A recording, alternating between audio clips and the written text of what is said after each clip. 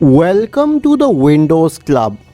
If you encounter error 0x80070570, some update files are missing or have problems on your Windows system, then either read through this article on the Windows Club or simply watch this video. I'll guide you to the resolutions.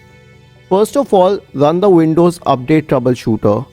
Right click on the Start button and select Settings. In the Settings window, go to the System tab on the list on the left hand side. In the right pane, scroll down to Troubleshoot and click on Other Troubleshooters. After this, click on Run corresponding to the Windows Update Troubleshooter. The next solution would be to perform an SFC scan. Search for command prompt in the Windows search bar and click on Run as Administrator in the right pane to open the elevated command prompt window. In the elevated command prompt window, type the command SFC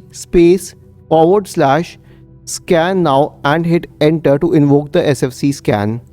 The next solution would be to manually reset Windows Update components to default, and this is a little longer procedure, so we have adjusted it in a different article and a video. You can check it through the link here. The last solution would be to download the update from the Microsoft Update catalog manually. Go to catalog.update.microsoft.com, write a few last numbers of the update, let's say 567, and hit enter. It would display a lot of updates here. Find the relevant one, download it to your system using the button here and install it. Isn't this easy and interesting? If you have any doubts, please go to the original article on the Windows Club, scroll down to the comment section and write your query. We will surely answer to it. Do not forget to subscribe to the channel. Thank you for watching this video and have a nice day.